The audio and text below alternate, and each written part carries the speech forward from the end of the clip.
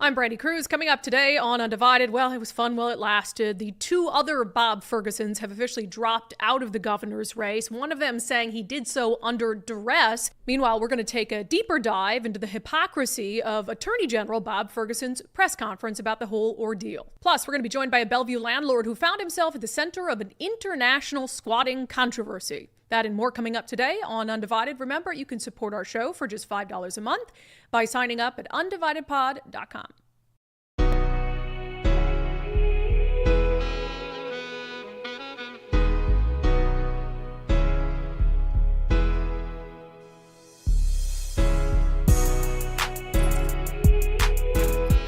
Hello and welcome to unDivided. Thank you for being here. Thank you so much for your commitment to giving common sense a comeback. I'm Brandi Kruse. A lot to get to today, per the usual. Do we ever have a day where we don't have a lot to get to? It's just news galore. I can't even remember what a slow news day looks like anymore. It's been so many years. No more three Bob Fergusons, or as Kyle T put it in the comments, no mas tres Fergies. Yes, so just before the deadline yesterday to withdraw your name, before it would appear on a primary ballot, the two other Bob Fergusons in the race for Washington governor opted to do so. I mean, clearly they listened to our show yesterday and thought, well, if Brandi thinks I ought to take my name out, then I must take my name out. No, I'm sure they made these decisions independently. In fact, I had heard that one of the Bobs made it pretty early in the day on Monday. I'll get to his statement in a moment because it was actually pretty wonderful.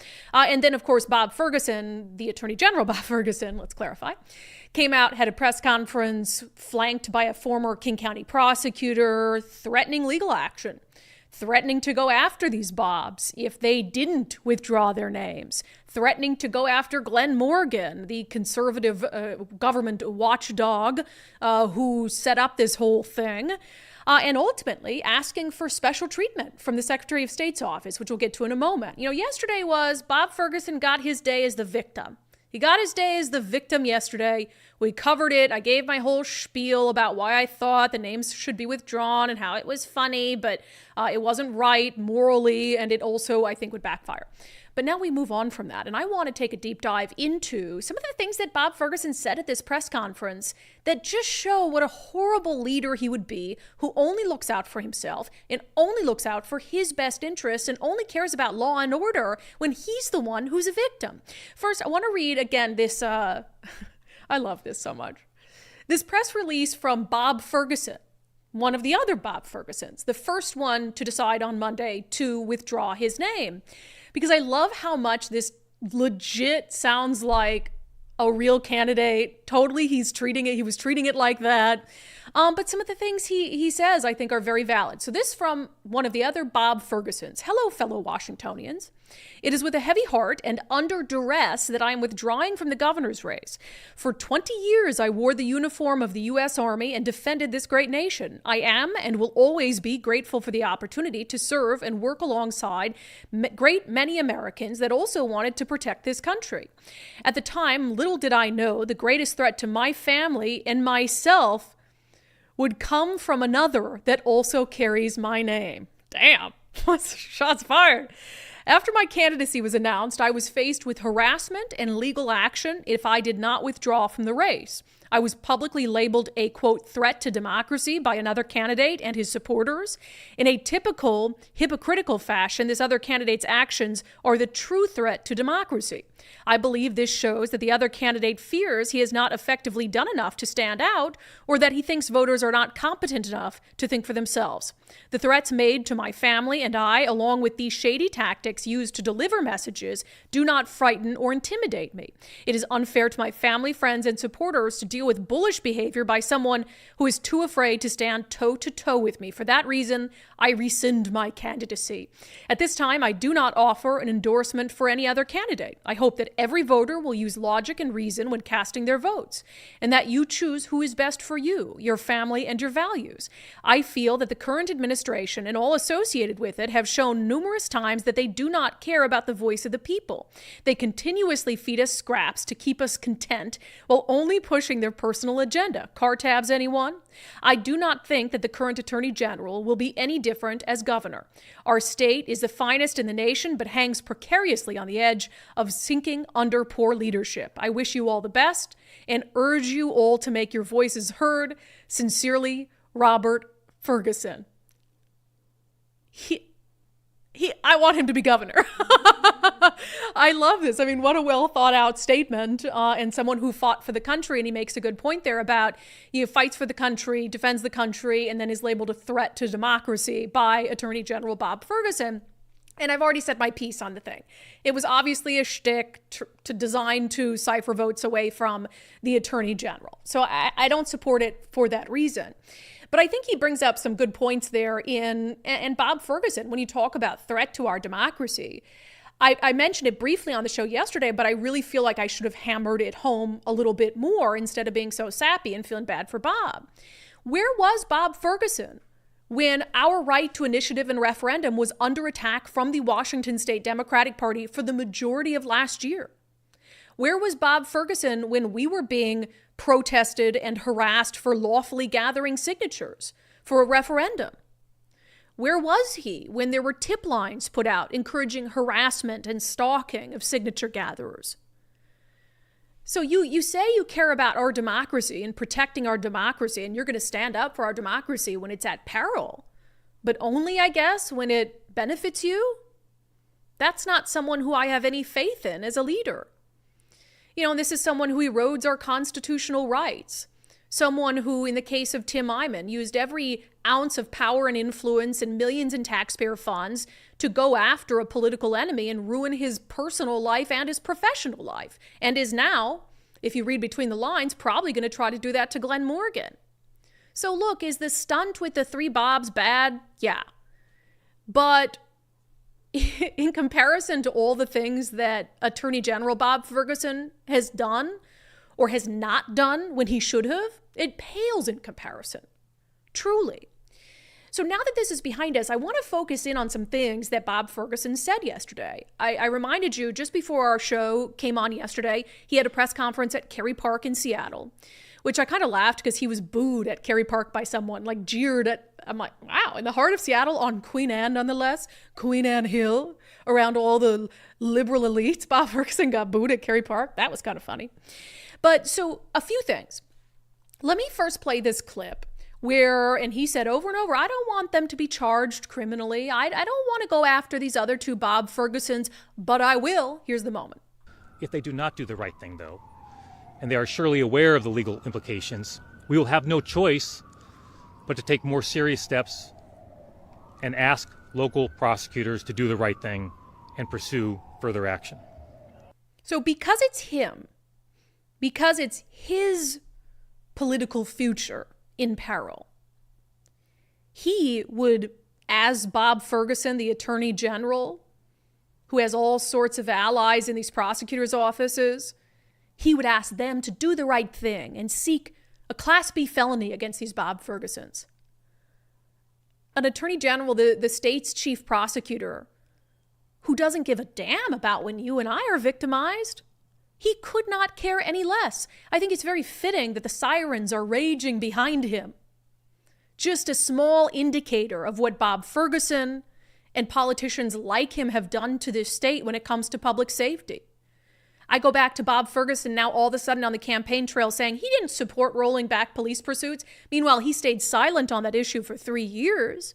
How many people have been victimized by individuals driving stolen vehicles, committing smash and grab burglaries, hitting and killing innocent people on our roadways, using those stolen vehicles to perpetrate violent crime, and police can't pursue them? Bob Ferguson hasn't shown for one moment that he cares about pursuing criminal charges or cares about law and order or justice when it's you and I, when it's the little peons. But when it's him, when he's the victim of a potential crime, he's going to hold a press conference at Kerry Park and he's going to call all the media to whine and complain about it and demand that something be done. That something be done for him. Do you see this? Do you see the hypocrisy of it? Please, even if you support Bob Ferguson, please, you have to see that he thinks he gets special treatment. All of us, we can get victimized, we could die. He doesn't care. But when it's him, special press conference. Special press conference with the city of Seattle behind him. How many times in the last 3, 4, 5 years as our public safety crisis absolutely spiraled out of control, could it have been incredibly advantageous for Bob Ferguson to stand up at a press conference as the Attorney General and say, enough is enough. Enough is enough. We have record crime rates. The stolen vehicle crisis is out of control. We've got people dying at record rates with needles in their arms. Enough is enough. I'm the chief law enforcer of the entire state of Washington, and this is unacceptable. And we have to make sure that people aren't being victimized, that prosecutors are filing charges. We have to do something. He didn't do it once. Not once when it mattered the most. He didn't speak out about police defunding. You know, the retail theft crisis happening. He didn't speak out about it in 2020 when stores were being looted in downtown Seattle, in the heart of the city he calls home. No, but when it was politically advantageous, a year and a half later, he started a retail theft task force. And what did he do? He had a press conference about how great he is in starting a retail theft task force a year and a half after it actually could have made a difference. The audacity of this man. And again, he's in the right on the ballot issue. I've already said that. But the audacity of this man to threaten to go to prosecutors to seek felony charges when he's the victim because he's worried about his political career and his dream upon dreams of being the governor. It is shockingly void of any semblance of self-awareness. It's really wild stuff. Man, I wish people could see past political ideology to see what these political elites think of themselves and think of us. And there are Republicans out there who, they're not in this state, but other states who I'm sure are the same. It's wild. So one more thing, because he's above everyone else. He does believe inherently he's entitled to special treatment, right? Because these Bobs, that's their name, Bob Ferguson. Both of them, their legal true name. If they want to run a campaign for governor, truly, they have every right to. Now, if they're doing it to dupe voters and that can be proven, yes, that's a Class B felony. But they do have every right. If they want to mount even a last-minute legitimate campaign, they have every right lawfully to do that. But at his press conference yesterday, when it wasn't clear whether the two Bobs would drop out under these threats, Bob Ferguson, the Attorney General, said if they didn't, he would seek special treatment on the ballot from the Secretary of State, Steve Hobbs. So number one, we're asking the Secretary of State to include the candidate occupations next to the three Bob Fergusons. Number two, we're asking that the Secretary of State have these other two Robert Fergusons listed as Robert Ferguson with their middle initial or possibly their middle name as well. So I would be the only Bob Ferguson on the ballot. Number three, and especially important, after the drawing of straws on Friday afternoon, one of these Bob Fergusons will appear second on the ballot. The other will appear third on the ballot, and I appear number 13 on the ballot. So we're asking the Secretary of State to either move my name up, sort of second essentially, above those two, or move them down below me. Either way, I'm good with either spot, right? But the three names should be together so any voter will see, wait a second, there's three Fergusons here, something's going on. So he wants special treatment. He wants something to be done for him that wouldn't be allowed for other people. You go through this process of drawing names. This happens in every race. There's 30 people in the race for governor, and that's what it is. It is basically a draw of the hat to see where you're going to end up on the ballot. He happened to end up below the other two Bob Fergusons. And if they hadn't dropped out, He was hoping the Democratic Secretary of State would just take his name and put it right above him, as if that would be fair to any of the other candidates in the race who have nothing to do with this debacle. And above that, he wants Attorney General next to his name, so people know. There's a reason why you cannot put the political title of someone next to their name on a ballot, because it indicates to voters, well, that's the incumbent, and there's this thought that that gives them an unfair advantage. So he was asking for, quite literally, an unfair advantage. This guy has no shame. This guy has no shame. And again, I don't feel like I need to continue to go back and preface it that I think that he's right on the front that, their names need to be taken off, and now they are. But now we can look back in hindsight and see how entitled he felt. How entitled he felt. You can break the rules for me. You can create special rules for me. I'm the victim. We're going to push to have these people prosecuted. This guy cannot be the governor. I don't care who you vote for. I mean, look, vote for who you want to vote for. Just not Bob Ferguson. But in all seriousness, if you want democratic policies and you cannot foresee yourself voting for a Republican, maybe there's an issue you feel very strongly about, abortion, whatever it is, and you really feel like I'm just taking a moral stand, vote for another Democrat. Any person, every candidate of the 30 would be better than Bob Ferguson. Every single one of them. Vote for Mark Mullet. If you really are a tried and true blue Democratic voter, will never vote for a Republican, vote for Mark Mullet. Anyone else besides Bob Ferguson. Because this is a man who at his core believes he's better than you, believes he's more deserving than you, believes that he's above the law, and believes he is entitled to special treatment. It's truly insane. Now, there was another random question, but I do think it's related, that popped up at this press conference yesterday. Thank you, Chris Daniels with Como News. I'm going to play that coming up next. First, I've encouraged you guys to take the First Mark Challenge. Everyone needs insurance. Don't deal with it on your own when you could have a broker like First Mark Insurance that's been doing this for a long time. They're right here local, and you never have to pay them anything.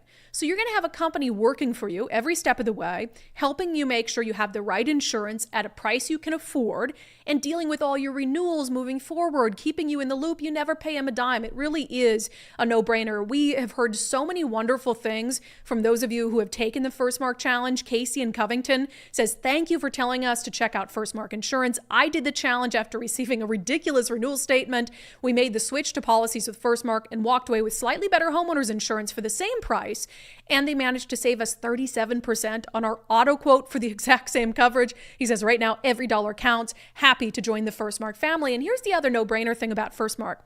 You can do the First Mark Challenge, and then you can decide, you know what? I think I'm just going to keep the insurance I have and not go through First Mark and use their carriers. But in the process, you can learn a lot. Like, do you have the right insurance? Do you have the right insurance at the right price? Are you paying for things you don't need? So if anything, at the end of the day, the First Mark Challenge is a tremendous learning opportunity about this crazy, confusing world of insurance that we're in. So take the First Mark Challenge today, firstmarkinsurance.com, firstmarkinsurance.com. They work for you, not the insurance companies. All right. I teased yesterday on the show that we were going to have part 2 of our Undivided Goes to UW. We're going to save it for tomorrow, okay? The truth is that I have more work on the story I want to do. It's just so fascinating and so interesting, and I wanted to do it justice, and so I'm just not done with it yet, okay? That's the truth. Just not done with the story yet, but we'll have that in-depth. We went out to UW on a Friday around lunch with 2 Jewish individuals, and sat them down with signs in front of them and encouraged conversations. And we ended up having some really and sparking some awesome productive conversations and some that weren't so productive. And so we're going to have that story on the show tomorrow. However, I do have a couple protest related stories that I want to bring you today. So speaking of Bob Ferguson, I just wanted to bring this up because it infuriates me.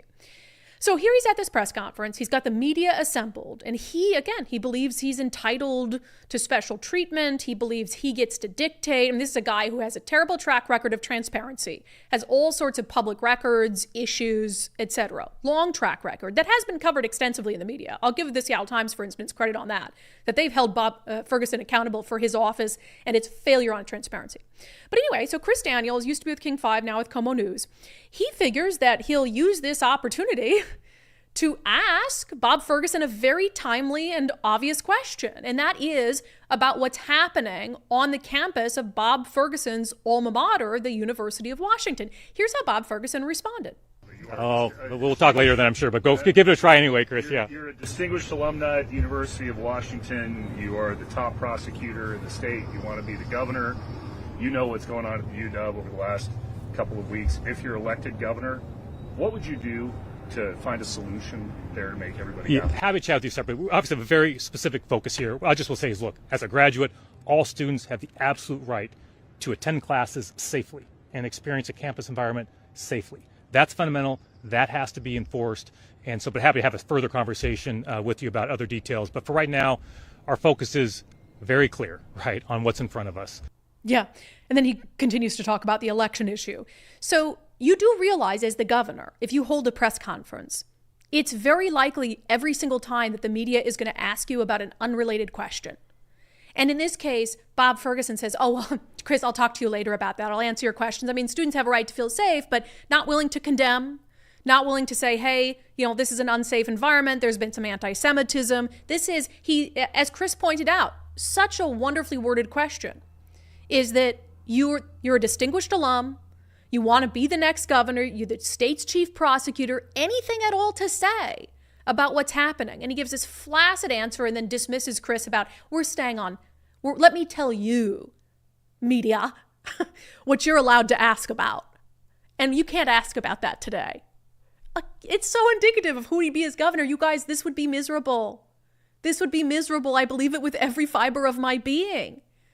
And his silence on this issue at UW is just crazy. And not just that, similar sentiments that have been popping up about that are just anti-Semitic really across the state. He doesn't have anything to say about that, and he wants to control the narrative. So he wants to control the media. So he, in his kind of giggly way and, snide way, just shut Chris down. Oh, I'm sure we could talk about that offline. Very curious the extent to which he was willing to talk to Chris Daniels about it offline. But this is easy stuff.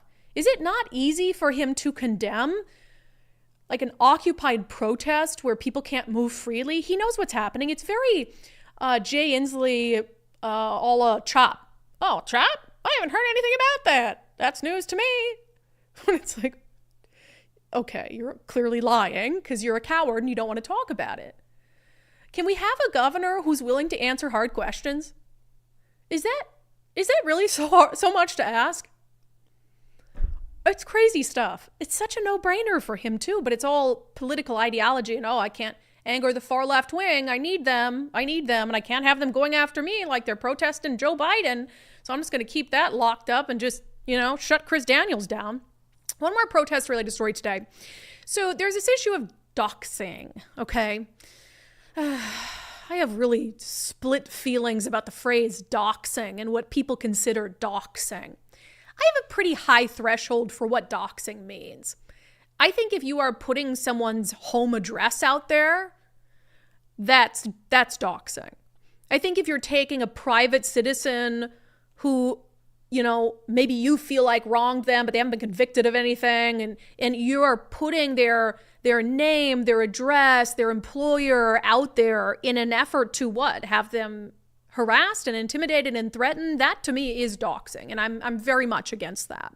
Now, if you're a public figure, people still shouldn't be putting your personal address out there, your home address where your family lives. That's wild stuff, whether you can find it, through some sort of Google search or not. So, but then some people want to say, oh, doxing is telling people, gosh, showing my face at these protests. We heard that over and over at the protests. People don't want to be doxxed. They're in a public space protesting, and they think that if they're on camera at the protest, they're being doxxed. Like, if you're that concerned about being seen at the protest, you probably shouldn't be at that protest. And we encountered this when we went to the University of Washington last Friday around lunch. Our crew were getting ready to set up for this segment that we're going to air tomorrow. And we're walking through, and Nicole shouts at me, and she says, this lady wants to talk to you. And we're getting followed through the bushes by this, camp security who wants to talk to us, and everybody's directing us to a media tent in this encampment. And so we're weirded out by that. We're like, this is a public space. Why do I have to, as a member of the media, check in on your completely make-believe media tent to get a credential from a completely make-believe, encampment, occupied zone? It's very strange. So one of the things that was interesting, we walk up, we're with former State Senator Simon Sefcik, who came with us, and he decides to film this encounter of me walking up to the media tent, because at this point we've been followed, we're thoroughly weirded out, and we want to ask them what the heck is going on. And they bring up the concern about doxing, and I had to point out why, coming from them, it is so hypocritical. In this space where people are at heightened risk of being targeted, that's even more. Yeah, and I totally, I don't believe in doxing people either. Although our friend Jonathan Cho was down here and people had signs with his address on it. So that, I don't know anything about that. I mean, it was all over, signs and umbrellas with his address, so that feels a little contrary to the anti-doxing, desires. I literally have I haven't heard. Okay, so you wouldn't be in support of that? Like putting a reporter's address on a sign or an umbrella? Yeah. Okay. So if you guys saw that, would you be willing to ask them not to do that? Possibly. I haven't seen that, and I'm not on the team that would handle that. This is just mine. Doxing for thee, but not for me. And first of all, this encampment isn't a large area. It's in the quad, but the actual place with tents is fairly small. I think that's a fair characterization, right, Nicole? You can see across it. You can see everything from the center of the quad. And the idea that this young lady is telling me that she had no idea that there were dozens of signs and umbrellas with Jonathan Cho's home address, put on them, that she in the media tent is telling me she hadn't seen any, if she hadn't seen them in front of her face, and she hadn't seen any of the social media and the widespread sharing of the clips of Jonathan Cho being followed around with people holding signs with his cell phone number on them and umbrellas with his home address on them. So I don't believe that for 1 second. But again, when you're telling me we can't come up to a media tent after we've been followed and stalked around the encampment, and we're filming, and you're saying that that's doxing you. That was their assertion, that it's kind of a hostile act to record them in this public place because it's doxing them and they're worried for their safety if their faces are on camera, yet at the same time, dozens of them made signs with Jonathan Cho's home address.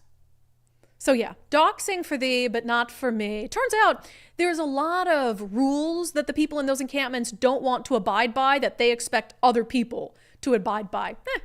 Interesting how that hypocrisy works. All right, it's happening this weekend. Are you ready? It is the grand opening of Phase 2 at Natchez RV Resort. We've been talking a lot about, first of all, it's just sort of a dream. I'm just spinning a dream in everyone's mind. You get done with work over here on a Friday and you want to escape the crazy, and you've got a lot over at the Natchez RV Resort, luxury resort. It's got all the amenities. I mean, you can go wine tasting, miles of trails, anything outdoor recreation, fishing and all of that. And you get to hang out there and be amongst like-minded people.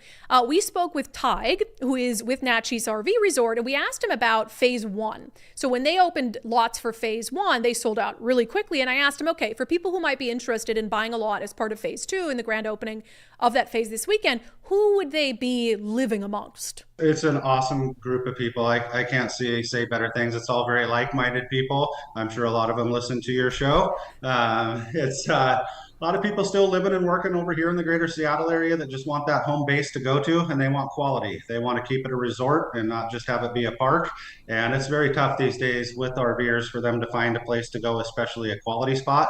This is one they own. They can treat it like a second home, have their big RV sitting over there. If they get off work on a Friday and feel like just shooting over there, they know it's an option. They can also, when they're not using the lot, we have a great rental program where we can put it into the rental pool and they can rent it back out for a weekend to the general public and have them bring some money coming in for them when they're not using it. Yeah, and when we say quality spot, I mean, you're talking about 300 days of sunshine, fishing, hunting, snow skiing, golf, river rafting, outstanding wine tasting, and more, all nearby. They have a new 4,300 square foot clubhouse, gourmet kitchen, great room, fitness center, showers, laundry. The pool and hot tub are coming soon, pickleball courts, playground, dog park, recreational trails for miles. I mean, it's really awesome stuff. So the Phase 2 grand opening this weekend features 21 extra large RV lots, complete with water, power, and sewer. Grand opening pricing starting at just $79,900. 800. The showings fill up quickly, so make sure you schedule yours. Reserve now, 800-422-6009, 800-422-6009, natchisrvresort.com. It's happening. Oh, it's happening. The city of Seattle is potentially, okay, maybe I should say it's maybe happening, is thinking about walking back a horrible policy that people with common sense told them would be a horrible policy, would absolutely backfire. And now, because we have a more moderate makeup on the Seattle City Council, they are acknowledging that said policy had the opposite of its intended impact, and they think that they're going to undo it. Let's get to it in our segment, Unbelievable.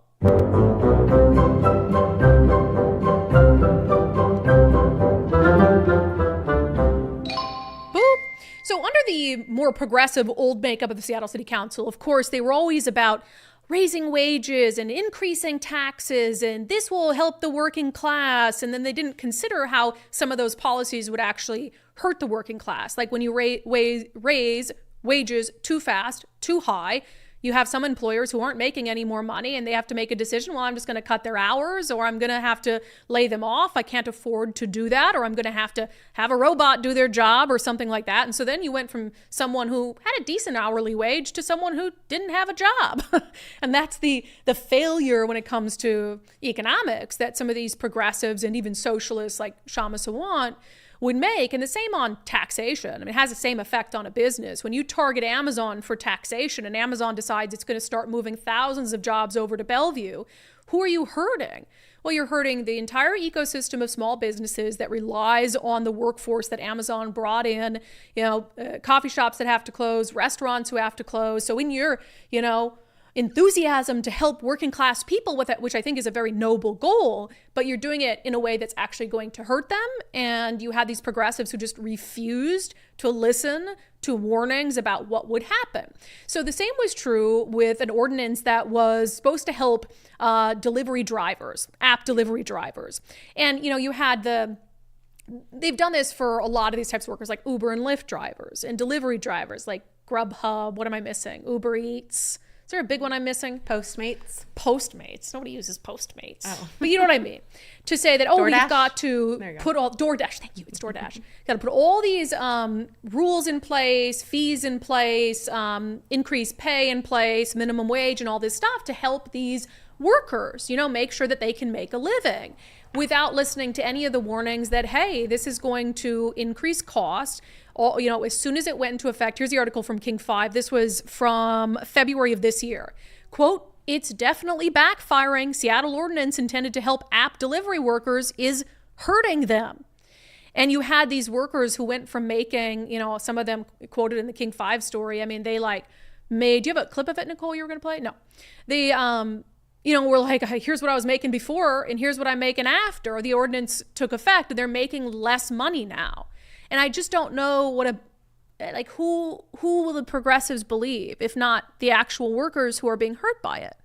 Like, if you won't believe me, or you won't believe, moderates, or God forbid, any Republicans who pointed out what was going to happen, will you actually believe the very workers you said you wanted to help who are saying, I am making less money now? I'm making less money now.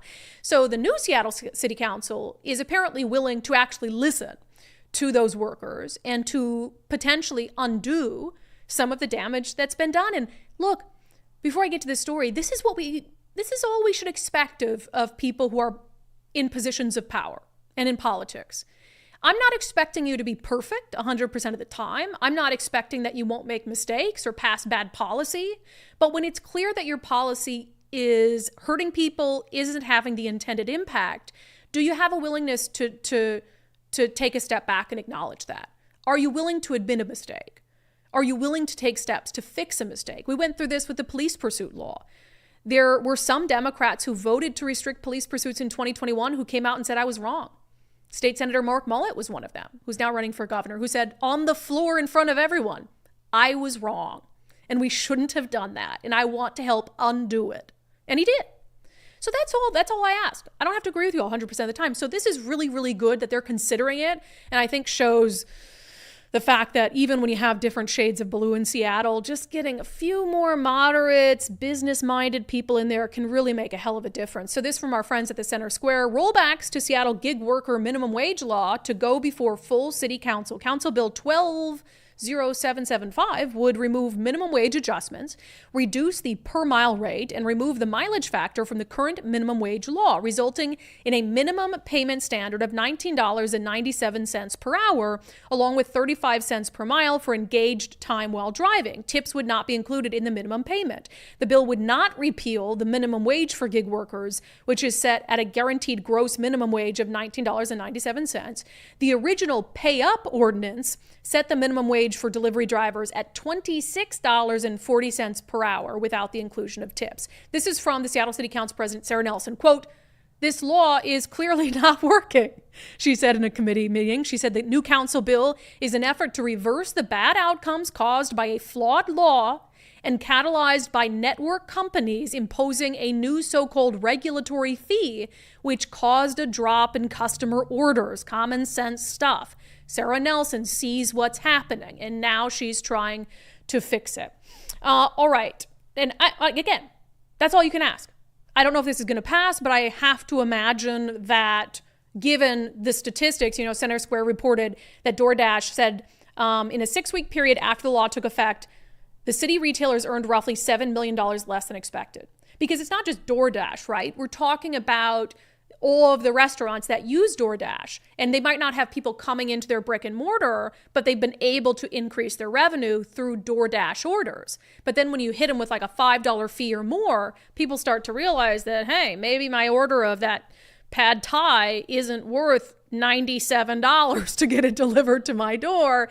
And then that's one less order for that local business. So hopefully, given some of those very clear, cut and dry statistics, some of the stories we've heard from the drivers themselves, from the small businesses that are impacted, I hope that this new Seattle City Council can do what's right here. But unbelievable. It does happen, ladies and gentlemen.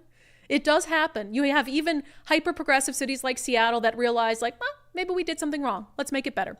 Okay, we have partnered with the Rental Housing Association of Washington to do a weekly segment on Tuesdays to raise awareness for what's happening to landlords in the state of Washington. Other media outlets might sit here and vilify landlords. Oh, what was it? Is it racist?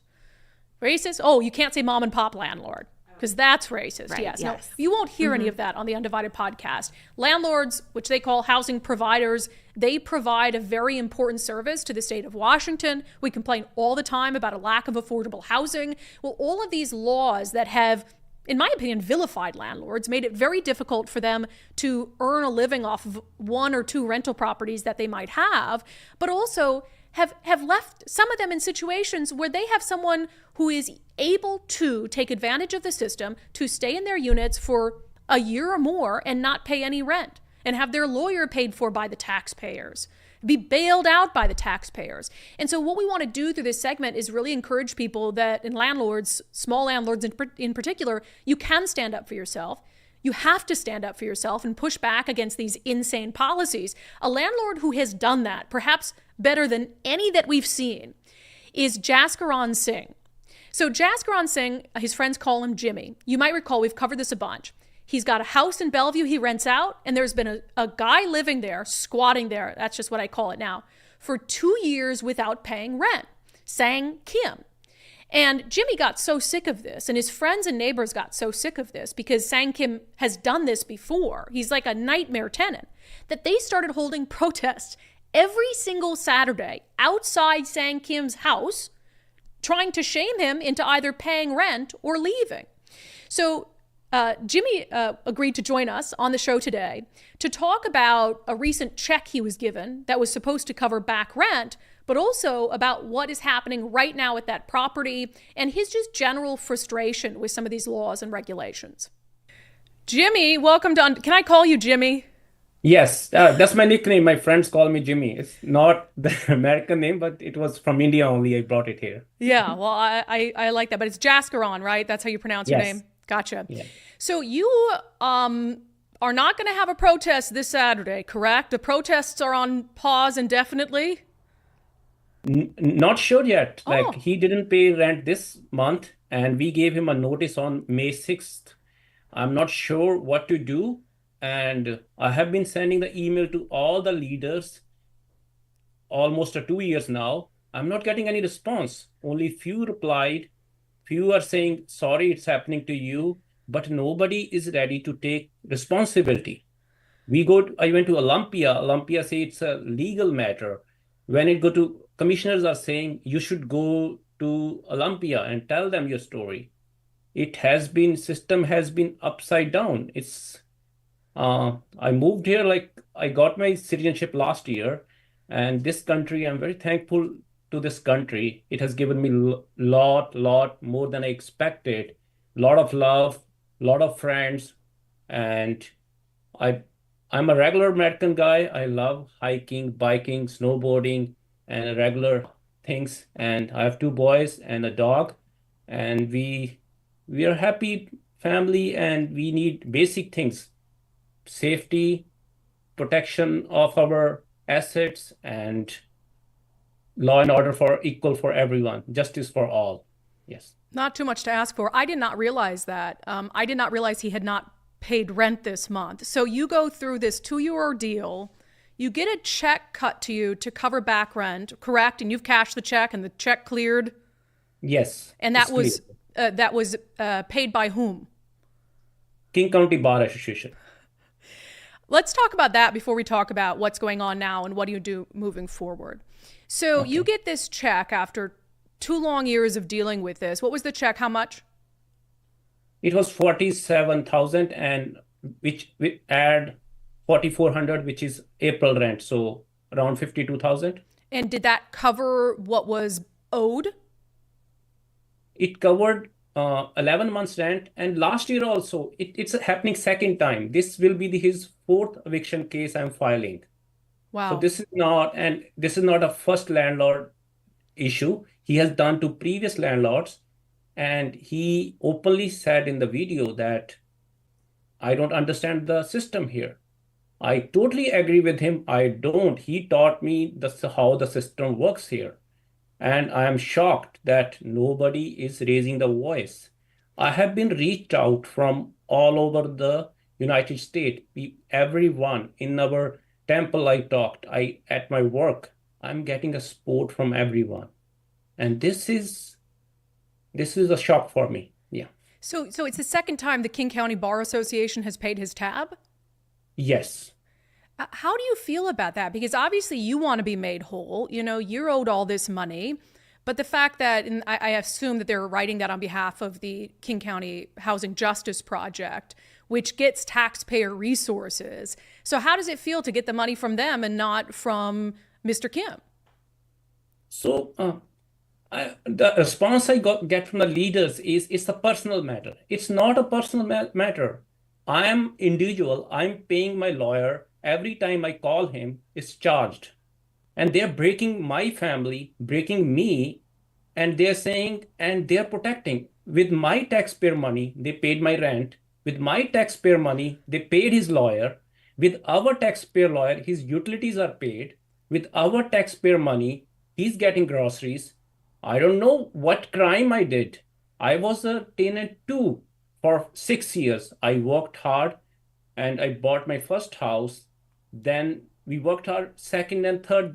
I don't invest in stocks.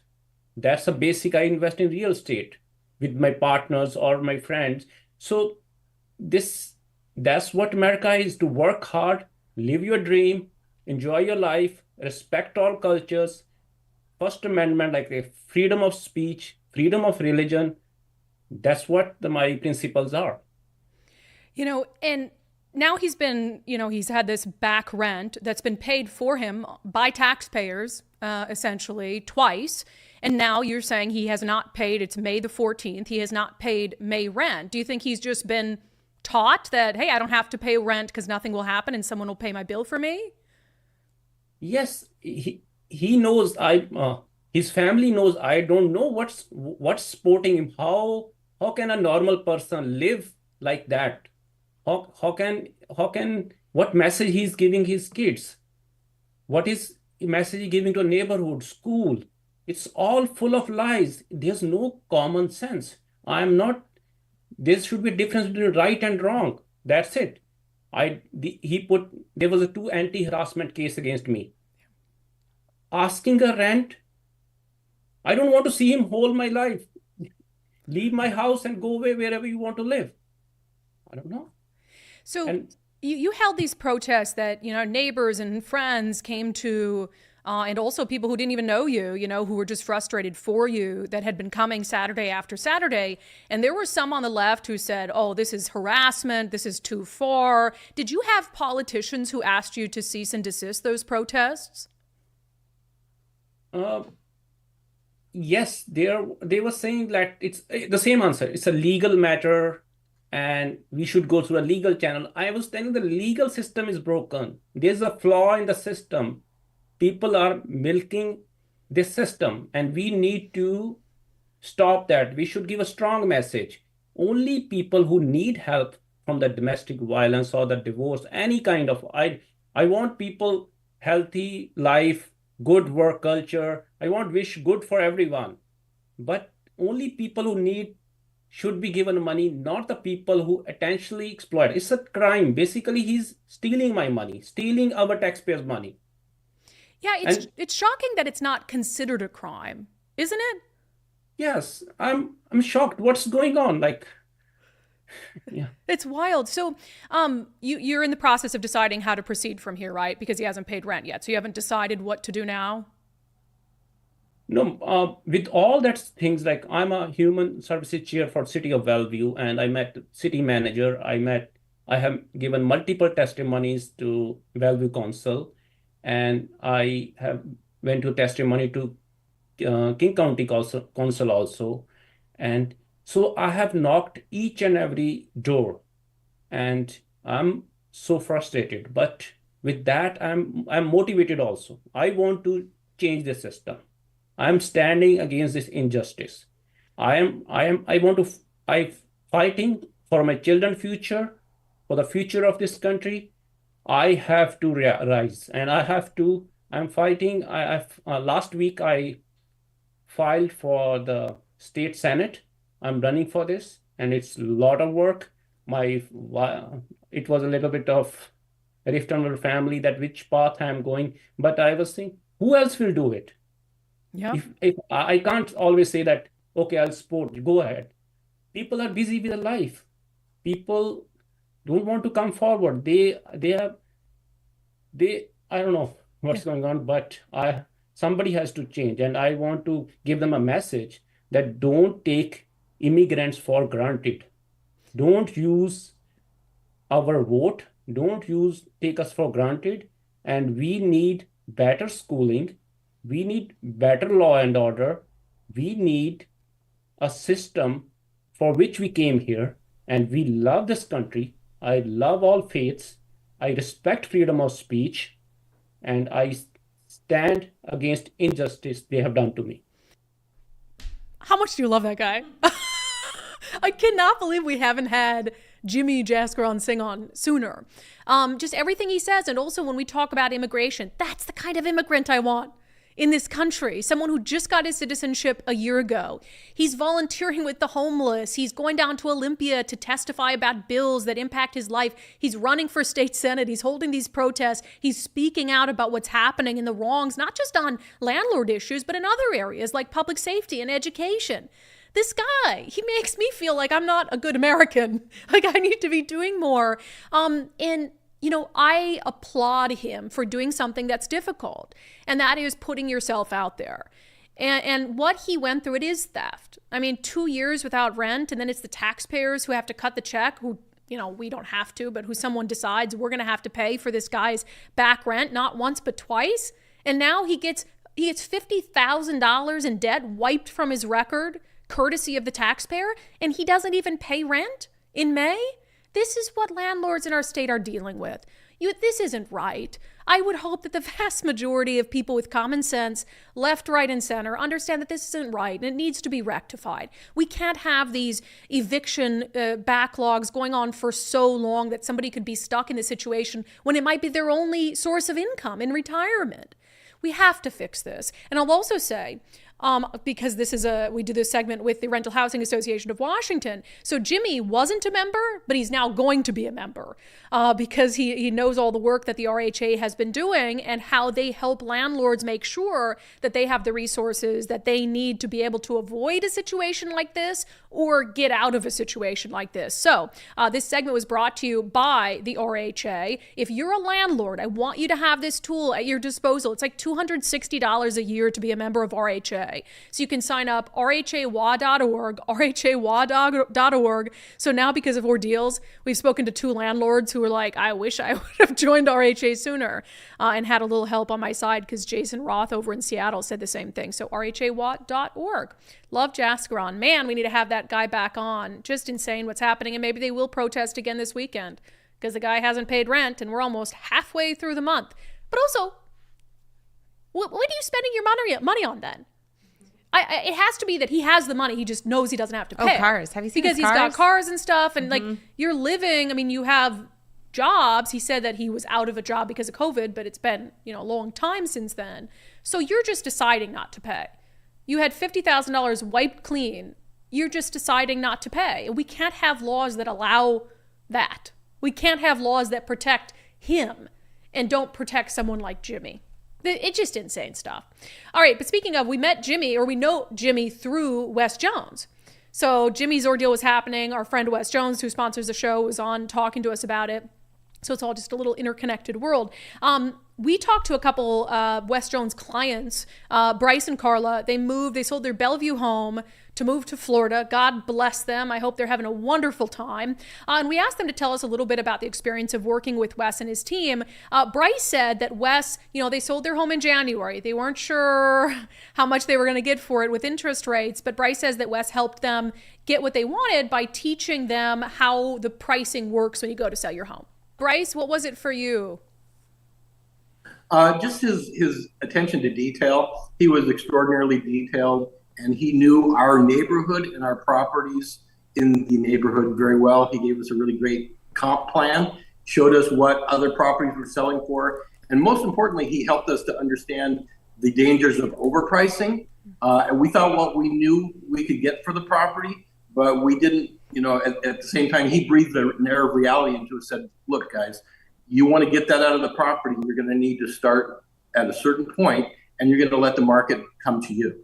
And that's exactly what happened. He was exactly right about that. So his knowledge of the market and his professionalism and his attention to detail is all that made the difference to us. Yep, and they were able to sell their home in 7 days, well over list price. So if you're thinking about selling your home, don't choose a real estate agent until you've reached out to our friend Wes. Sellwithwes.com, sellwithwes.com, a better way to sell your home. Wishing Bryce and Carla all the love in Florida. A little jealousy there. Yeah, she said they were watching the dolphins outside. Nice life. Thanks for the invite. No, I'm staying in Washington. We're going to stay and fight here. But that doesn't mean I vacationed in Florida. Now. So we'll vacation in Florida. But we might just show up at your door one day. Bryce and Carla, I'll get your address from Wes. It might be December. I guarantee Wes has your address. So I'll get your address from Wes. Oh, anyway. Okay, dipping outside of Washington State, a couple national stories. The polls are looking very good for Donald Trump. That's just the gist of it. In fact, and I don't believe this, my trust of polls varies, right? You have the polling entities that tend to be a little bit more accurate, but in 2016, polling just went out the window. It really did. And so it's hard for me to trust polling. And I certainly wouldn't look at a poll of a candidate that I like that's way up and say, okay, job's done here. We don't have to do anything, because they can't be trusted. But when you have so many polls saying the same types of things, right? Then the media has to look at that. And CNN, it was funny. There's all these polls out that are very good for Donald Trump, and CNN, so good for Trump, CNN has to cover it, and they're just mind-boggled by it. These Sunbelt battleground states, frankly, for the Joe Biden campaign, these numbers are an absolute disaster. The smallest lead is in Arizona for Donald Trump. He's up 6. Look at this, 9 in Georgia, 13 in Nevada. My goodness gracious, my God. That is a huge lead. No Democrat has lost that state since John Kerry lost it back in 2004. How about these Great Lake battleground states? This is something that the Joe Biden campaign can work with. Look, Pennsylvania, Donald Trump up 3, but that's well within the margin of error. Wisconsin, Donald Trump up 1, well within the margin of error. And actually, a Joe Biden lead well within the margin of error, up a point here. This they can work with the Joe Biden campaign. This, the Donald Trump campaign absolutely loves, and it looks like a lot of the other polling on the Sun Belt battleground. I love that guy. He's like, oh, look, oh boy, look at this. His accent's funny. It's very cute. I might watch CNN just for that guy. He cracks me up.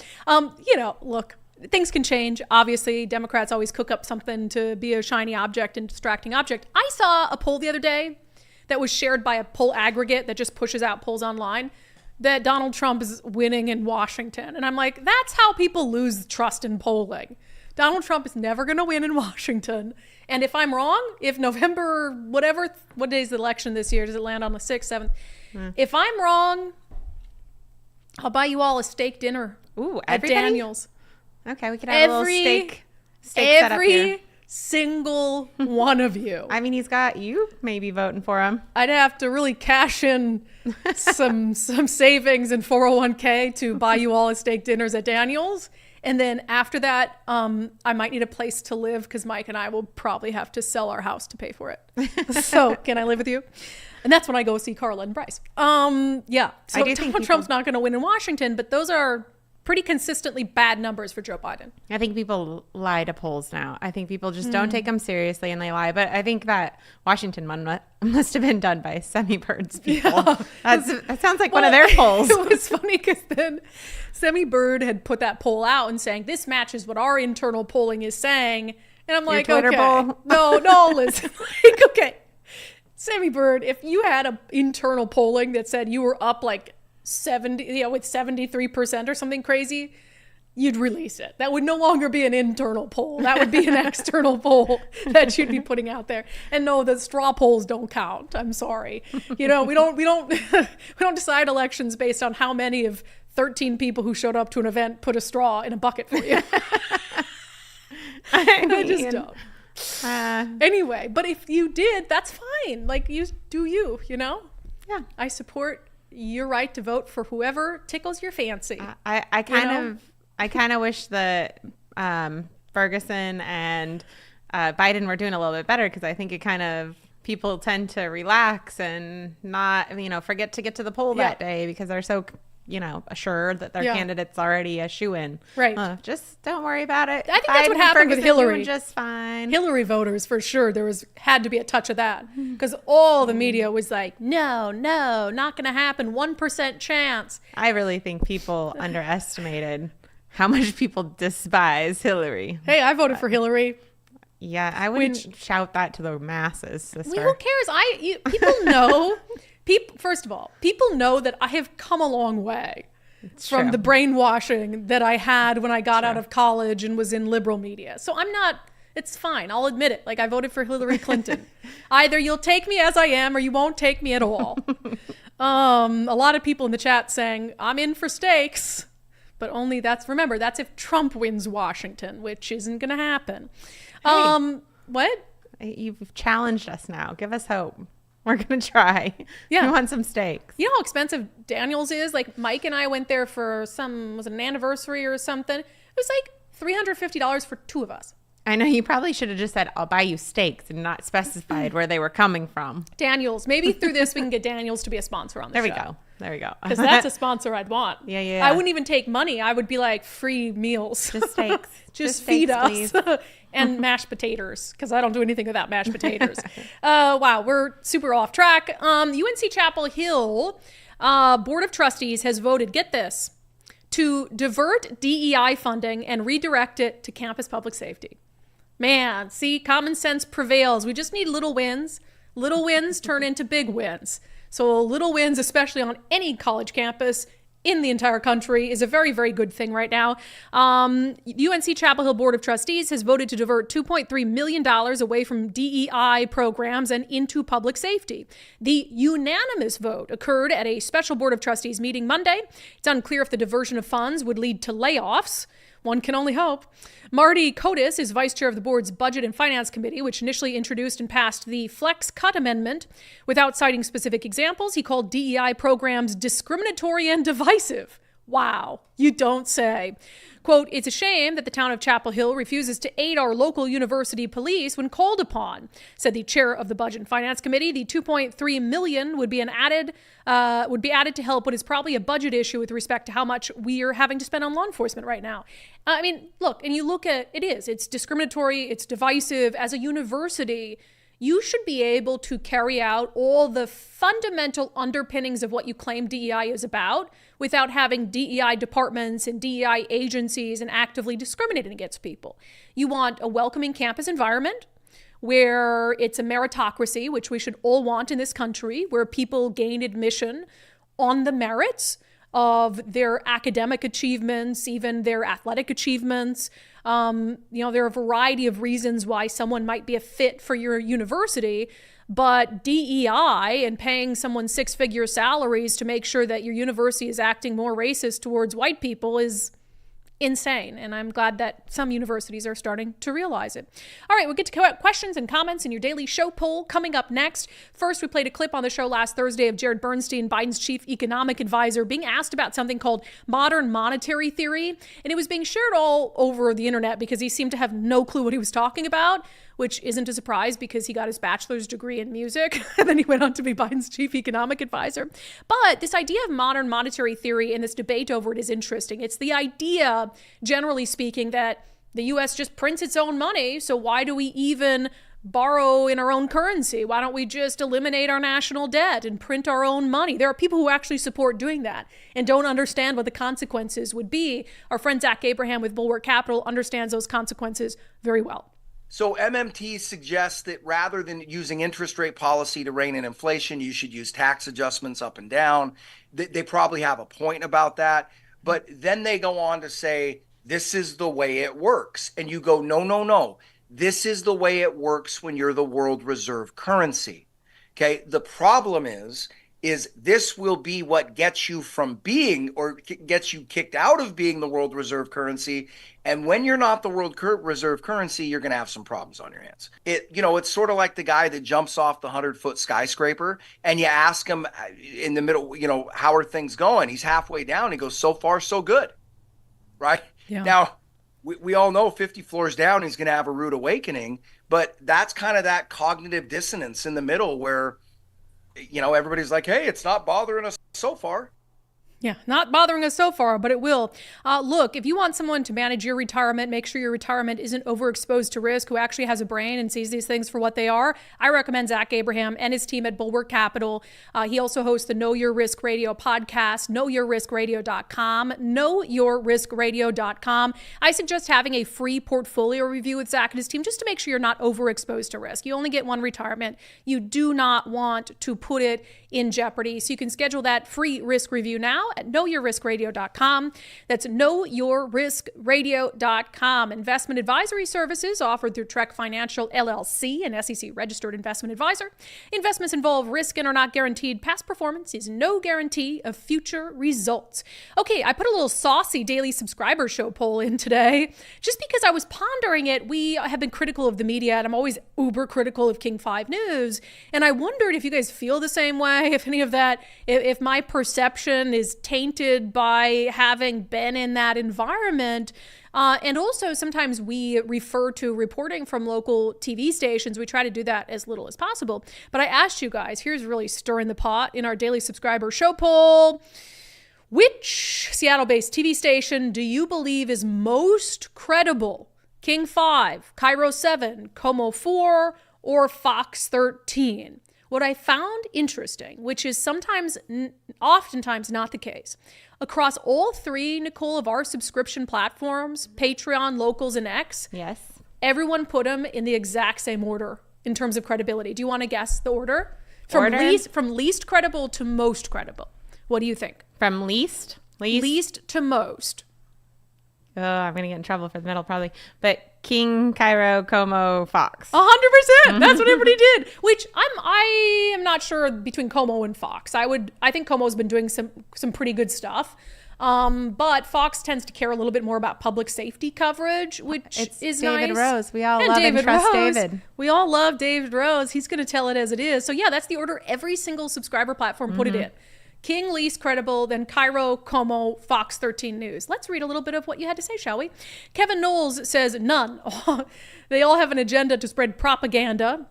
Bob on Local says, hard to say, Brandi. It seems to change day to day. And, you know, it is true. Like, sometimes they all have misses. Like, real hard misses. And we'll talk about it. Mac52, who has a cute picture of their doggo as their profile pic on Locals. None of them. Better question, which would be the least credible? Well, by the poll, it's sort of like you just take it and whoever got the least votes. So King 5 News. Winton Dillard, I think when Essex Porter retired from Cairo and Brandi Kruse left Q13, she was great. She was a really exceptional journalist. That was the beginning of the unbiased news landslide. Let's read one more because I'm just having fun with this. Our friend Kathy Lambert says, I don't really find any of them credible as they have so many biases that they don't disclose and report as if backed by established fact. Today's Wall Street Journal on science lies is frightening. While not surprising, journalism is not what Walter Cronkite or Barbara Walters offered. Luckily, we have Kruse and Cho. Well, I appreciate that. That's very nice. Is that your personal opinion, Nicole? Yeah, that's probably pretty close. Pretty close. And yeah, like I said, I love David Rose, so I trust a lot of David Rose. The rest there, it's not that I don't trust them, it's just that they don't provide a lot. So I think Como does a good job providing. One of the other issues is just local TV is they don't give their reporters time to actually do journalism. It's like, you know, press conference or it's a press release coverage and chasing, you know, sirens and stuff. All right, let's get to questions and comments for today. Did you get that picture in? Yeah, my computer is kind of freaking out here, but I got it. You just really go to one down. question and then I'll have it. Nicholas Horrock said local prosecutors won't actually prosecute crimes, but for AG Bob they will. That seems fair. Yep. Really seems like there's two standards of justice and who's deserving of justice, doesn't it? E says no one is surprised by AG Ferguson's temper tantrum and bullying tactics. Kathy McDonald, I'm sorry, Brandi, maybe you can look back and see how entitled he feels, but most of us have always seen it. I think you were more concerned about your morals yesterday than seeing the big picture. I respect and agree with you about a lot of things, but for me, you were way off base. Yeah, I mean, I just disagree. I mean, at some point, who's going to be the one to have a moral compass? And do we just continue? There's a lot of arguments that Democrats break the rules. So unless we want to keep losing, we have to break the rules too. Look, I mean, I still believe that there are people who can be sold on good policy and good ideas. And maybe if we spent less time trying to break the rules and less time trying to fearmonger and manipulate voters and fight the other party and all this stuff and talk about our ideas for improving people's lives, maybe that would become the way that people could win elections. But right now, both parties win elections by fear-mongering, by pushing hate and division and not talking about how to problem solve. So maybe let's try it. See if it works for once. Let me see. Todd Welch says, how is AG Bob's press conference not election intimidation and interference? Mary S., I think the Bob Ferguson shtick may have played out exactly as intended. Perhaps the goal was to create the reaction achieved from AG Ferguson? I don't know. I think that's given the whole ordeal too much credit. Matthew Cook said, Brandi, great job on Tomi Lahren's podcast today. Yeah, I was on Outkick with Tomi Lahren this morning. Matt Gilbert, whenever I go on with her, in my comments on Twitter, it's like, oh, so much for being a moderate and an independent. It's like, you know, it's from the left. You're not supposed to talk to anybody? I can't only talk to people who they deem like ideologically acceptable. You know, we had a funny conversation because I was on, you know, she just has guests to just do like a round robin on all sorts of different topics. And then we got into my vote for Hillary Clinton. I know. You just casually mentioned it. And then she was like, oh, I have to ask you about that. And then about Donald Trump and all this stuff. So we ended up just having a funny conversation where I unloaded all my political baggage, and it was entertaining. On the Seattle City Council, Sean Bell says the last activist council never understood economics. Yep. Which is scary because Shama Sawant was an economist. That was her profession. Well, I actually think they do. And I think that's by design. And they just don't care? They don't enjoy capitalism. They don't enjoy anybody making money. Yeah, that's true. They want society to rely on government. 100%. You're right. Good point. Because they want to push us into socialism. So let's just make everything not function. And then we'll have bread lines and all of that stuff. That's what Independent Many United said. They're not making mistakes. This is all by design. They're doing exactly what they intended to do. On Jimmy, the Bellevue landlord, Ron Bishop said, too bad Jimmy's not running for governor. He's running for state senate, though. Isn't that cool? That's fun. He decided to run for state senate. I love that. Before we get to our closing sanity check, can I make a pitch for our merch page? because Joe Kaiser sent us a picture of him in D.C. He posted this picture on Locals this morning. He said, "Reppin' undivided in D.C. with his Common Sense 2024 shirt." So just so you know, we had it exclusive to subscribers for just a few days, but right now on our merch store, if you put in the promo code SANITY24, SANITY, the number 24, you get 25% off of our Common Sense collection. So you got to get it before we just have to give the t-shirts to like a third world country because it was not 2024 anymore. We want to make sure you're repping your 2024 shirts and calling for Common Sense. They deserve better. We'll give them better before t-shirts. It's too late. They deserve better. I mean, what do you mean? An old t-shirt. I mean, if it's 2025. You just cross it out and put 2026. I always feel bad for them that they get our leftover Super Bowl shirts of the losing losers. teams. No, I think that's hilarious. Look. So anyway, Sanity24 is now live on our website for everyone. So if you want 25% and when you go off, there looking for a mug and it says sold out, no, we're not getting more of those mugs. Sorry. No, they were too much of a pain in the A to ship. Yeah. Not doing it. Not doing it again. And no more sizes of the ones that are sold out. Sorry. Every time we say this, I get a bunch of, why isn't there this size? No. Are you going to restock? No. No, nothing's being restocked because it's 2024 stuff. Yes. But we are, however, going to come up with new collections after this one's sold out. But I'm sorry, we're not going to stock a bunch of new stuff until we sell the old stuff. But it's not old yet. It's still Limited 2024. Edition. Limited edition. Limited edition. Buy our shit, okay? Oh, wow. Unnecessary swear jar. Buy it. No, I'm just kidding. No, but I love getting pictures from you guys wearing your In fact, Matt Gilbert was out at UW wearing his Common Sense shirt, which I thought was great. Yeah. You got to rep the Common Sense. It's funny. When somebody says... I just have to say this because you said it so many times. How do you say UW? You say it. UW. It's so funny. There's like, you say it with a weird... you put the emphasis on the UW. No, there you go. Then you did it right. Now you did it right. That's funny. I never noticed that until the last 2 days. Maybe you do it wrong. I don't know. Maybe I do. I'm really judgy, Nicole. What was I just talking about? I was hawking Matt Gilbert. Talking our merch. Oh, Matt Gilbert. And then when somebody comes up to you and says, "I like your t-shirt," you can say undividedpod.com. Join our Common Sense Sanity team. Right. I think our next collection will be Team Sanity. So you have Team Sanity gear. Okay. Should we get to our closing sanity check? Speaking of Team Sanity. Okay. Well, I guess maybe it'll depend on who wins in November. Like our next... And then collection. It'll be Team Sanity, but then there'll be a little box that says, "But who'd you vote for governor?" And then if they choose the wrong person, I'll say, "Not you." Yeah, exactly. Not you. Team Sanity. Yes. If you voted for Ferguson, you're not a part of this. You're not allowed to purchase a shirt from us. I like it. Anyway, okay. Let's get to our closing sanity check, where we're going to hear one of the pressing issues that one of Washington's United States senators is laser focused on.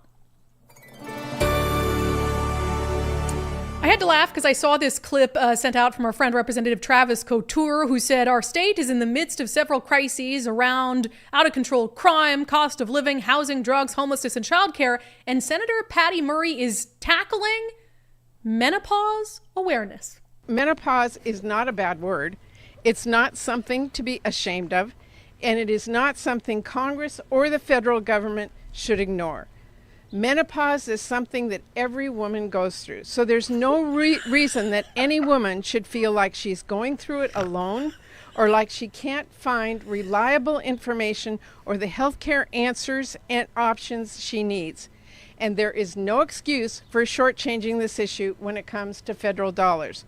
So we're going to be working hard to build support for our legislation, pass it into law, and make menopause a part of the conversation until it finally gets the spotlight and resources that it needs. Make menopause great again. I didn't know it was so underfunded. Oh, I'm sure every single woman is painfully aware that they're going through menopause and that every other woman of a certain age is going through menopause as well. I don't think they feel alone on that particular issue. That has been our sanity check for today. That has been today's episode of Undivided. Thank you for being here. Thank you so much for your commitment to giving Common Sense a comeback. Are you in menopause yet, Nicole? Don't jinx me. Oh, anyway, undividedpod.com, undividedpod.com. And when you are, you don't have to tell us, by the way. I think I'll know. I don't know if people people keeping it secret? Everybody's like, oh, hot flash, menopause, you know. Yeah, It's not embarrassing. I think I'll know. undividedpod.com. You can support the show for just $5 a month if you feel like it. And while you're there, you can buy our shit. Great. See you tomorrow. Another swear jar. Yeah, it's already happened. It's done.